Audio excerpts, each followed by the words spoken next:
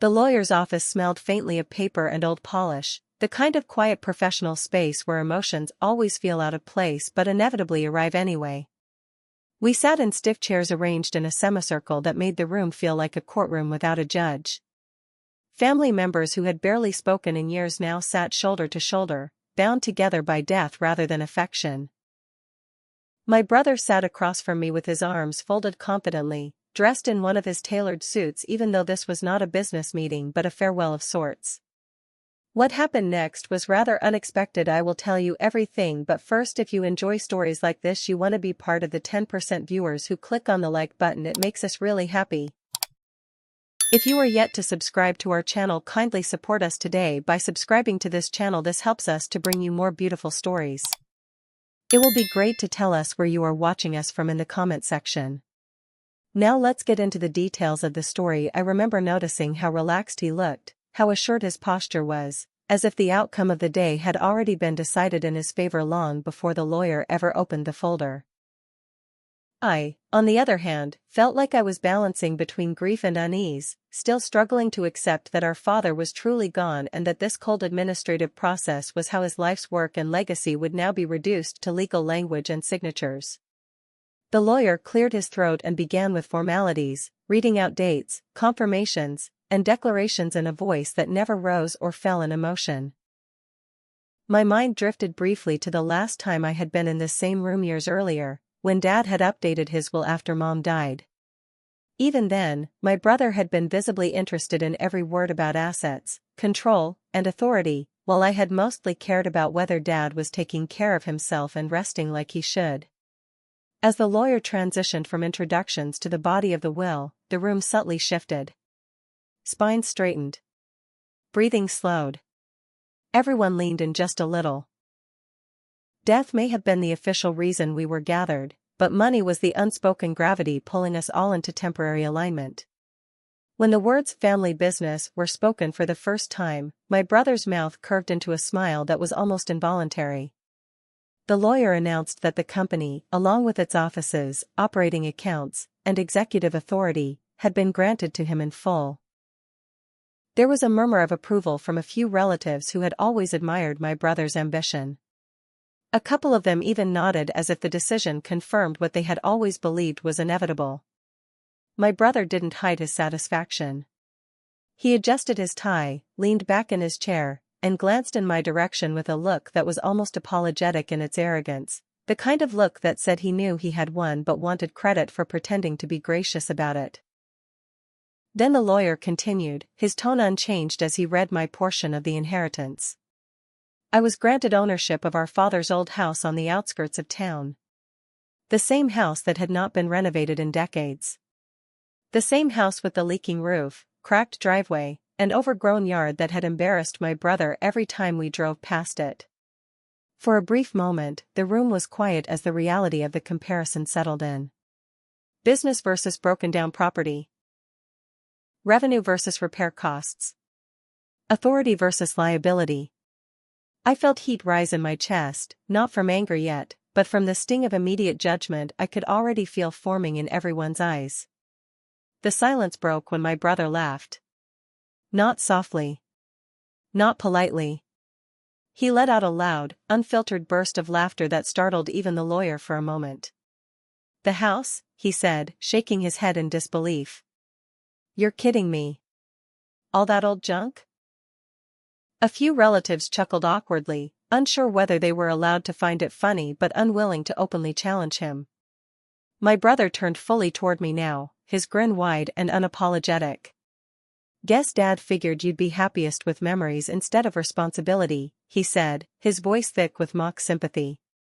Don't worry, I'll make sure the business survives so at least one of us actually builds something. I didn't respond.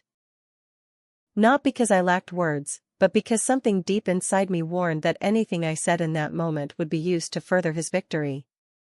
I lowered my eyes briefly, feeling the weight of pity settle around me like fog. A few relatives whispered condolences as if I had just been handed a burden instead of an inheritance. One aunt leaned over and squeezed my hand softly, whispering that at least the house had sentimental value. Sentimental value. the phrase echoed in my head with a dull ache. As if sentiment could pay property taxes, foundation repairs, or decades of wear and decay.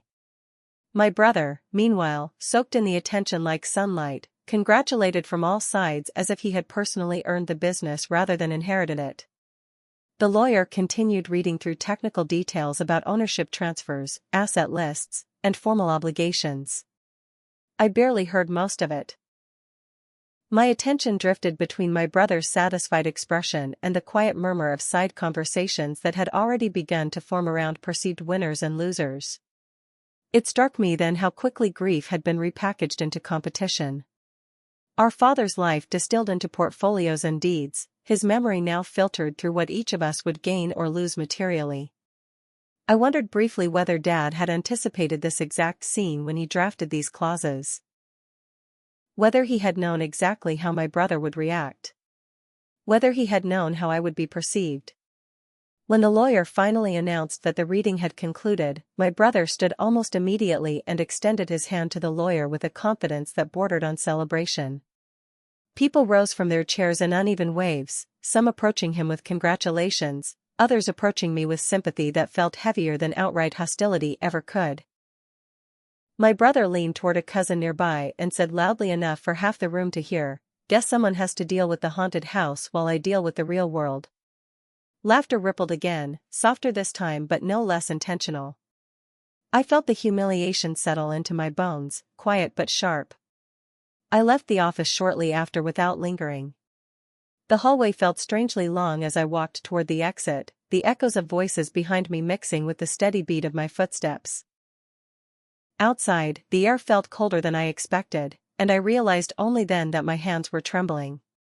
Not from fear, but from the shock of how rapidly my brother had turned inheritance into a public sport.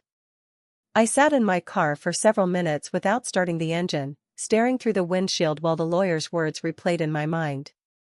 Business for him. Old house for me. The equation felt so final, so absolute, that it almost convinced me something was missing. Deep down, beneath the humiliation and confusion, a quiet question began to form, a question that refused to be silenced by mockery or comparison. Why? Why would our father, who had always been deliberate and meticulous, make such a lopsided division? Why give my brother everything that appeared powerful on the surface while leaving me with what looked like a decaying relic? The more I thought about it, the less it made sense. Dad was not impulsive. He did not make symbolic gestures without intention. And as I finally turned the key in the ignition and pulled away from the curb, I felt something unfamiliar stir beneath the weight of loss and embarrassment. Suspicion. The first few days after the will reading felt like walking through a public courtroom where judgment had already been passed without any evidence being presented. Word traveled fast through the family, and every version of the story placed my brother at the center as the clear victor. He didn't bother pretending to be humble about it. He posted a carefully framed photo of himself outside the company headquarters on social media with a caption that read, "Legacy secured." I saw it late that night, the glow of the screen lighting up my dark living room as I sat alone scrolling in silence. Friends of his flooded the comments with praise, calling him a visionary, a born leader, the rightful heir. A few relatives joined in publicly, reinforcing the narrative that the business was the real inheritance while the house I received was little more than an afterthought wrapped in nostalgia. No one directly insulted me in those posts, but omission can sometimes speak louder than mockery ever could. The mockery became personal during the first family gathering that followed the reading. It was a casual dinner at my aunt's place, framed as an attempt to bring everyone together after Dad's passing. My brother arrived late, as if to make a statement, dressed in another expensive suit that looked comically formal in a dining room filled with mismatched chairs and hand-me-down tableware. Conversation shifted almost instantly when he walked in. Questions about the company poured in before anyone even asked how he was holding up emotionally. He answered each one with the ease of a man already practicing the role of executive he had inherited without resistance. Then, when someone finally turned to me and asked about the house, he intercepted with a smirk, saying, "We're still waiting to see if it's standing or if the termites finally won." Laughter followed his comment, uncertain but present. I smiled faintly without showing teeth, the way people do when they're determined not to give their discomfort an audience. My aunt tried to redirect the conversation politely, but the damage had already been done. For the rest of the evening, every discussion somehow looped back to my brother's new authority. Business prospects. Expansion plans. The future of the company. Meanwhile, any mention of the house I inherited was framed as a burden I now carried, a decaying responsibility I had been stuck with. I noticed how easily people slipped into speaking about me in tones that implied consolation instead of respect. As if Dad had miscalculated rather than planned. As if my role in his legacy had already been reduced to caretaker of ruins. What hurt the most was not the jokes themselves, but how quickly my brother embraced the cruelty as part of his performance. It wasn't enough that he had received the business. He needed the contrast. He needed me visibly smaller for his victory to feel complete. At one point, while refilling his glass, he leaned close enough for only me to hear and said, "Hey, at least if things go bad for you, you'll always have somewhere to hide out in that old place." His voice was light, almost teasing, but the intention behind it was sharp. It wasn't concern. It was possession of narrative. I responded with silence, not because I was broken, but because something in me had grown very still. The days that followed were filled with similar encounters, each small, each calculated to reinforce the same assumption, that he had won everything that mattered and I had been left with scraps. Relatives called asking if I planned to sell the house right away to get something out of it before it becomes a money pit. Others advised me to let my brother invest in it through the business if I couldn't afford the upkeep, as if my inheritance were already subject to his approval. I thanked them all politely and gave vague answers, hiding my growing confusion behind courtesy. Inside, however, a different process was taking shape. Every dismissive comment, every condescending suggestion, only sharpened the question that had begun haunting me the day of the will reading. Why would Dad design such an uneven outcome if there wasn't something deeper woven into it? One afternoon, my brother called me directly for the first time since the reading, his tone carrying the casual authority he had so quickly adopted. He spoke about the company as if it had always been his to command, describing meetings with senior staff, ideas for restructuring, and ambitious plans for growth. Only after several minutes of monologue did he finally circle back to me. "So, what are you going to do with the house?" he asked, as if inquiring about a hobby rather than an inheritance. I told him I hadn't decided yet. He laughed softly. "Don't take too long," he said. "Old properties drain money fast. Would hate to see you drown before you even start swimming."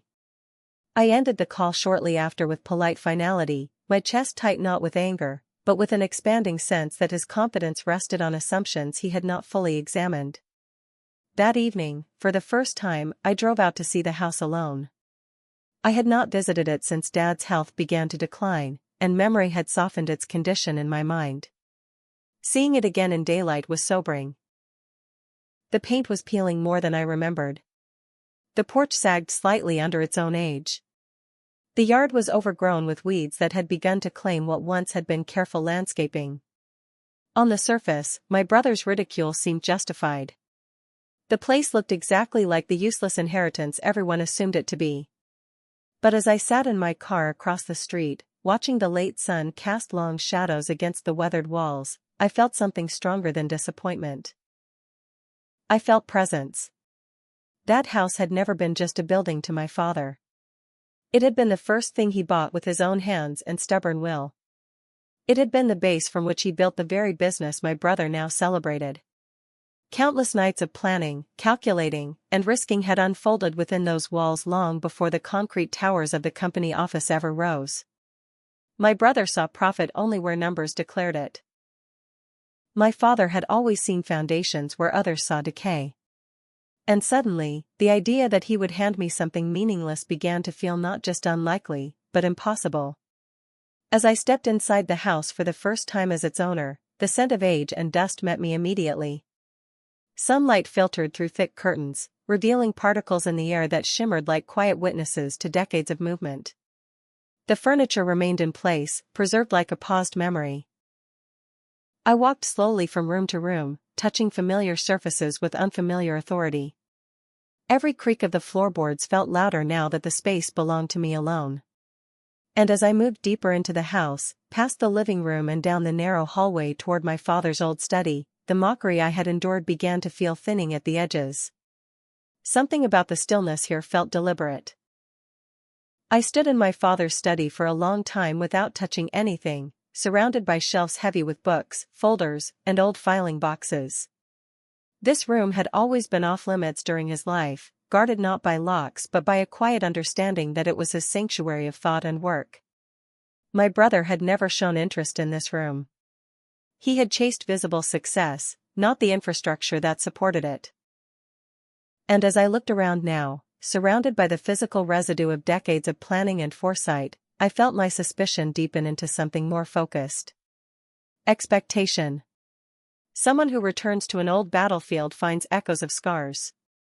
Someone who returns to a foundation finds hidden frameworks. And as I stood there in the room that built everything my brother now controlled, it slowly became impossible for me to believe that the inheritance was as unbalanced as it appeared.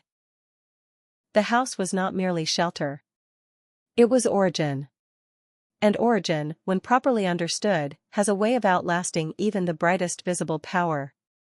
As I locked up the house that night and stepped back into the cooling air, my brother's laughter echoed faintly in my memory. But it no longer carried the same weight. The mockery that had once pressed me inward now began to feel strangely premature, like applause delivered before the final act of a play. Whatever my father had truly left me inside these aging walls, it was not meant for casual eyes or impatient judgments. And for the first time since the lawyer read the will, I felt a quiet certainty settle in my chest. The room had not finished speaking. The first night I returned to the house as its owner, I didn't sleep at all. I moved instead, slowly and deliberately, through rooms that had once felt familiar but now carried a different weight. Every surface seemed to whisper of decisions made in quiet moments, of plans layered beneath routines I had once taken for granted. I began in the study, the room that had always felt like a fortress of thought during my father's life. Dust lay thick on the desk, undisturbed since his final illness pulled him away from paper and into rest. I opened drawers carefully, expecting little more than old letters and obsolete documents. Instead, I found stacks of neatly labeled folders, dates stretching back decades, all organized with a precision that left no room for coincidence. I felt the shift immediately, the sense that I had stepped into something that was not meant to be dismissed quickly. As the hours passed, I began sorting through the contents of those folders. At first glance, they appeared to be ordinary property records, tax documents, zoning communications, and historical assessments of the land on which the house stood. But then the pattern emerged. These were not passive records. They were strategic. My father had tracked changes in land value, industrial planning proposals, municipal expansions, and private development bids with obsessive attention. Notes in his handwriting filled the margins, sometimes cautious, sometimes calculating. I saw references to potential rezoning discussions that had never been finalized publicly, alongside long-term projections that extended far beyond his lifetime. This was not nostalgia preserved in paper. This was foresight rendered tangible. What unsettled me most was how recent some of the material was. Emails printed and filed away only a few months before his passing. Correspondence with city planning offices. Quiet inquiries from development groups using intermediary firms to avoid public association. My father, even in declining health, had still been watching the ground beneath that house with unbroken attention. One document referenced a conditional infrastructure expansion corridor scheduled for final review within the coming year. The proposed line passed directly through the stretch of land our property occupied. I felt a chill move through me as the implication settled. Infrastructure does not bend without purpose. And purpose, when attached to land, transforms everything around it. By dawn, I was no longer thinking of the house as a decaying structure. I was thinking of it as leverage. But leverage requires proof, not inference. I made copies of several key documents and spent the next day cross-referencing them with public records. the patterns aligned far too cleanly to dismiss. What my brother had inherited looked powerful because it moved above ground in visible ways: offices, staff, revenue. What I had inherited moved beneath the surface, quietly reshaping the future without announcement. The house sat at the precise intersection of influence and inevitability. And my father, meticulous to the end, had placed me where growth would be forced to meet ownership. On the third day, I discovered the locked cabinet. It was tucked behind a bookshelf that had been fixed in place for so many years it appeared to be part of the wall itself. The lock was old but intact, the kind designed more to signal intention than prevent intrusion. I hesitated only a moment before retrieving a small ring of keys I had found in one of the desk drawers. The second key I tried opened the cabinet without resistance. Inside were several bound contracts, sealed envelopes labeled in careful script, and one slim folder marked simply, "Final Contingencies." My hands trembled slightly as I lifted it free. The contents were unmistakable. Legal structures woven into property ownership that extended control beyond ordinary transfer. The house was not just land. It was an anchor point for a series of future legal triggers designed to activate once surrounding conditions matured. What I understood then was staggering in its precision. My father had not divided his legacy based on present value. He had divided it based on timed inevitability. The company my brother inherited depended on expansion corridors, logistical easements, and future land access that passed directly through my property. At present, that dependence was theoretical. Soon, it would be structural. The business would require my location to grow. And my father had ensured, through layered rights and conditional restrictions, that no expansion could lawfully occur without negotiation with the owner of the house, me. The smiling laughter in the lawyer's office, the mockery at the dinners, the assumptions of victory, they had all been built on incomplete information. That realization did not make me feel triumphant. It made me feel sober. Power gained quietly does not roar when it arrives. It waits. And my father had positioned me not as the ruler of something already large, but as the gatekeeper of something that would soon become unavoidable. I sat at the desk as the sun sank again outside the dusty window, surrounded by evidence not only of wealth but of patience. My father had not rewarded spectacle. He had rewarded endurance. My brother had always chased visible dominance. I had lived in quiet proximity to its source without ever recognizing its scale. Over the following week, I consulted two professionals. One was an independent land use attorney. The other was a commercial property analyst who owed my father a quiet favor from long before I was ever involved in business matters. I did not reveal everything immediately. I asked hypothetical questions. I observed reactions.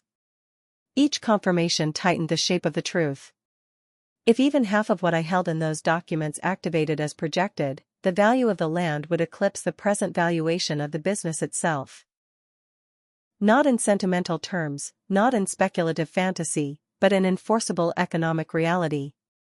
The house was a lever disguised as a liability. And the lever was nearly in position.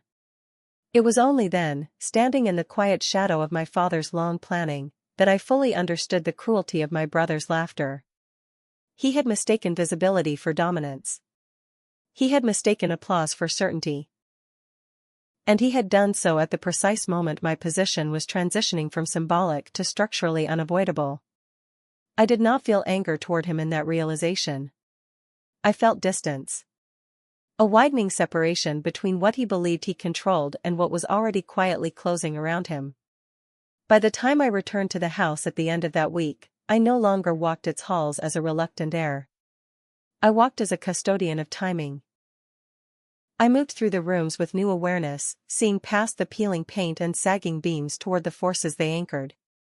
My brother's victory, so loudly celebrated, rested upon foundations that now rested in my hands. And for the first time since the will had been read, my father's silence no longer felt like absence. It felt like instruction. The call from the lawyer came on a quiet Tuesday morning when I had just begun to settle into the strange new rhythm of living with knowledge instead of uncertainty. His voice was as controlled and professional as it had been during the original reading, but something in the pause before he spoke told me this call carried weight. He said there had been a procedural oversight at the initial reading, a clause that had now reached the threshold required for formal activation due to recent municipal approvals. He emphasized the word activation in a way that made it sound less like paperwork and more like ignition. A follow-up meeting had to be scheduled immediately. All beneficiaries were required to attend.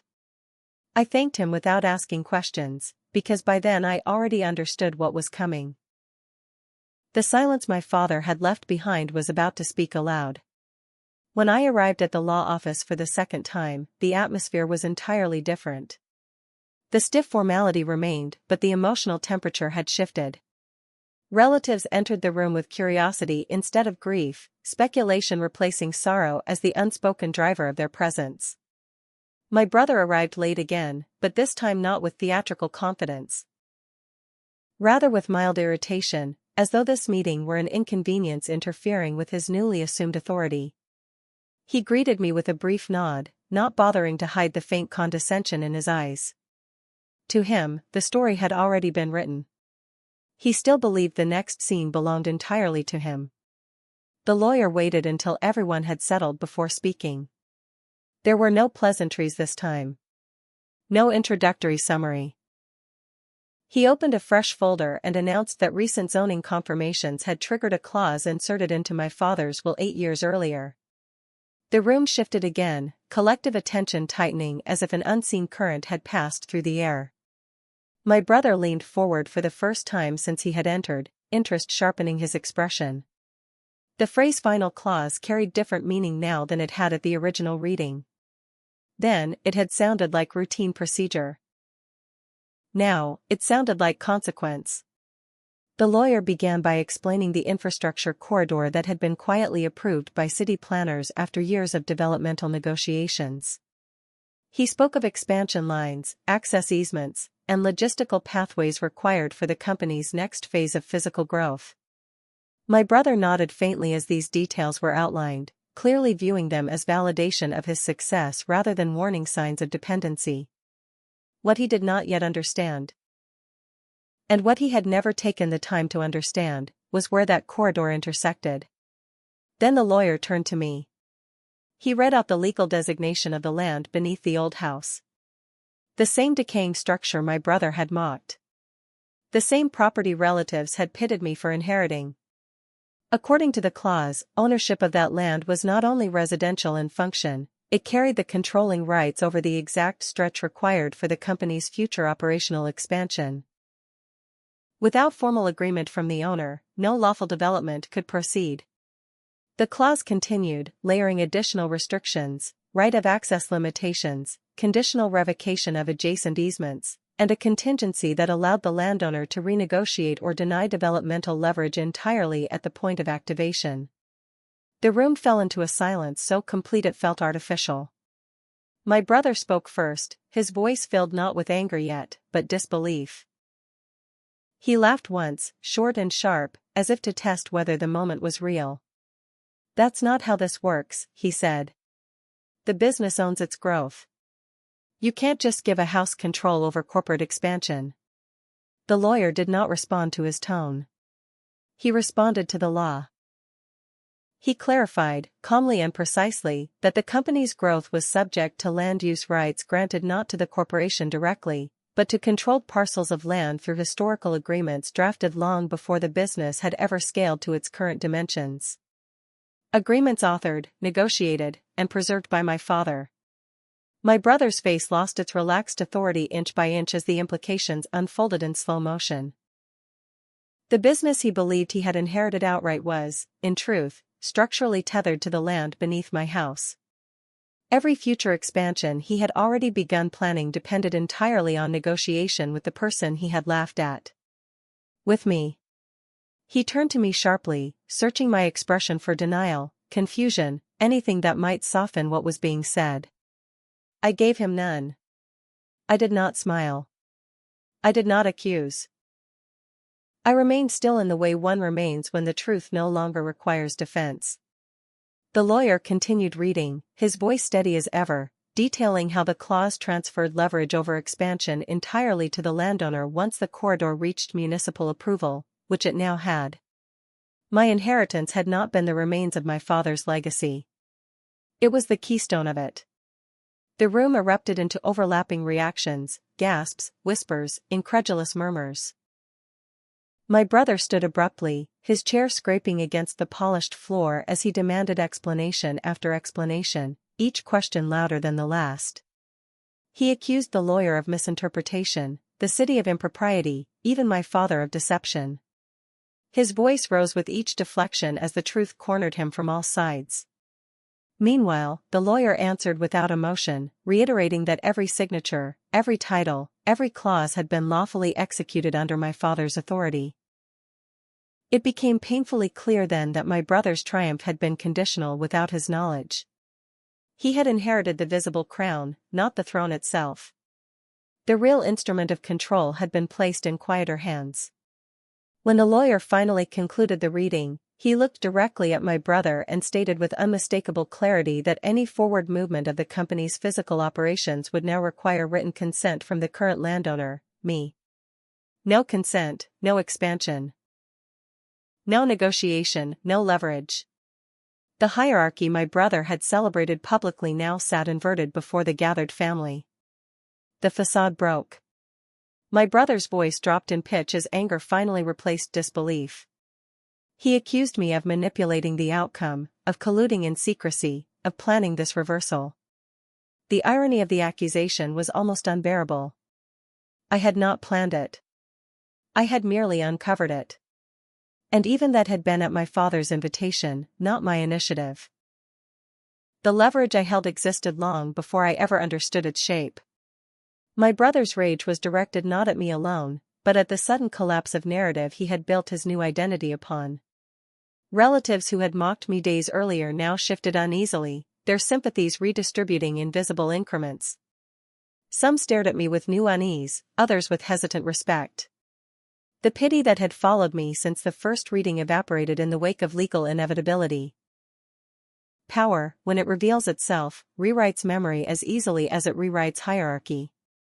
The meeting ended without ceremony. There were no congratulations. No reconciliations.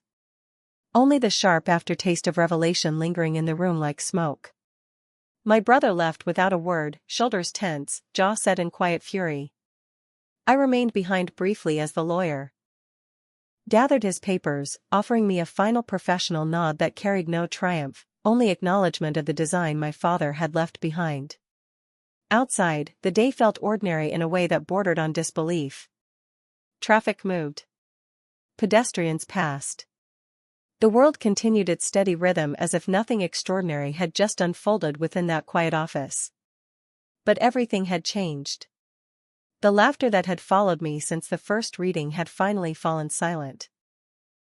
The days following the lawyer's announcement unfolded with a strange duality. On the surface, everything looked the same, yet underneath, the entire structure of our family's power had shifted irreversibly.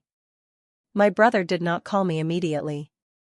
In fact, he vanished into silence, the kind that signals frantic recalculation rather than reflection. I learned through quiet channels that he had already convened emergency meetings at the company, scrambling to reassure investors and senior staff that the expansion project would proceed as planned. Outwardly, he projected confidence, but privately, the dependency he had never understood was closing in on him with a precision my father had predicted years earlier. The company could not scale without access through my land, and access, for the first time, was no longer automatic. It was conditional. It was mine to grant or deny. When my brother finally reached out, his message was short and calculated. He asked to meet, framing it as a discussion between siblings rather than adversaries. The shift in tone was unmistakable. Gone was the laughter from the lawyer's office, the public mockery at family dinners, the careless confidence with which he had dismissed my inheritance. In its place stood something brittle and urgent. I agreed to meet him, not because I felt obligated to negotiate, but because I believed the reckoning deserved to be witnessed rather than imagined. We chose a neutral location, a quiet cafe halfway between the old house and the company headquarters, a symbolic midpoint neither of us acknowledged out loud. He arrived early, seated stiffly at a corner table, the arrogance that once moved freely through his posture now restrained by necessity. For a moment, neither of us spoke. The air between us carried years of unspoken competition, sharpened now by circumstance. When he finally broke the silence, he did not apologize. Instead, he outlined the business situation with the detached urgency of an executive briefing. Delays. Regulatory windows. Investor pressure. Every point he made circled back to the same conclusion without naming it directly: he needed my cooperation. When he finished, he looked at me with an expectation I used to recognize. The expectation that I would accommodate, absorb, and stabilize what he could not. I listened without interruption, allowing the weight of his dependency to fully surface before responding. Then I told him something he had never heard from me so cleanly before. I said that cooperation was no longer automatic, and access was no longer assumed. I reminded him of the laughter at the will reading, the jokes at family gatherings, the confidence with which he had declared that he alone had inherited something meaningful. I did not speak with bitterness. I spoke with clarity. I told him that decisions affecting my land would be made on terms that reflected mutual respect, not hierarchy disguised as inevitability. For the first time in his life, he had to hear the difference between control and consent. His frustration surfaced then, raw and unfiltered. He accused me of exploiting a technicality. He said I was holding the company hostage. He framed my ownership as an obstacle rather than a right. Each accusation revealed the same blindness my father had anticipated, the inability to perceive quiet leverage as legitimate power. I let him speak until his words lost structure and became little more than pressure. When the outburst subsided, I told him I was not leveraging his business against him. I was leveraging my dignity back into the equation. If he wanted access, it would be through formal negotiation, equal standing, and written acknowledgement of my authority as landowner. No more informal assumptions. No more public superiority masking private dependence. The shift was visible. His anger dimmed into calculation. The conversation that followed was not familial, it was transactional. Terms were discussed. Conditions outlined.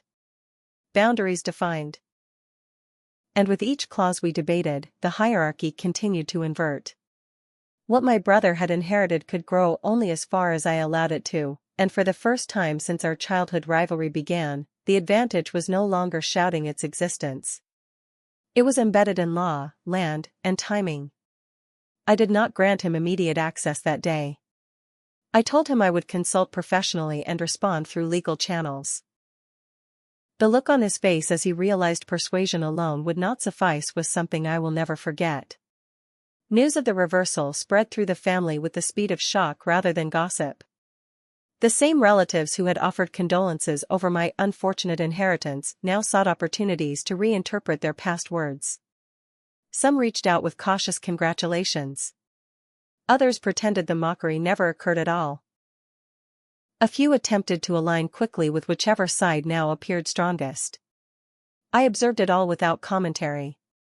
Power alters memory, and memory reshapes allegiance.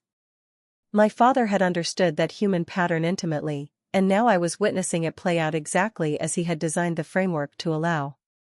I returned to the old house more often after that, no longer seeing it as an artifact of decay but as the nerve center of my father's quiet architecture. I walked the perimeter of the land with survey maps in hand, tracing the invisible lines where future infrastructure would one day pass.